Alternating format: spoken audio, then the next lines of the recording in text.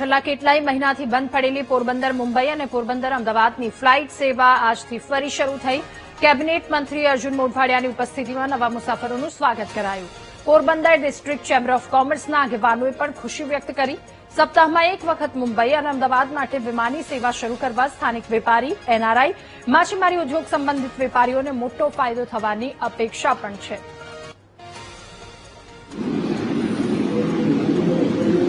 આજથી અઠવાડિયામાં 2 વખત મુંબઈ, પોરબંદર, કેશોદ, અમદાવાદ, કેશોદ, પોરબંદર, મુંબઈ આ પ્રકારે એક આખો રૂટની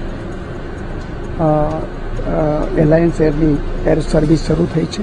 એને કારણે પોરબંદરની અંદર જે ટુરિસ્ટ આવતા હોય, વેપારીઓ કે ધંધા રોજગાર માટે લોકો આવતા હોય, અહીંયા એ સિવાય આપણા ડિફેન્સના ઇન્સ્ટોલેશન પણ છે, એ અધિકારીઓ માટે પણ આવવા જવા માટે ખૂબ સુગમતા રહેશે અને એ દ્વારા પોરબંદરનો વિકાસ થશે।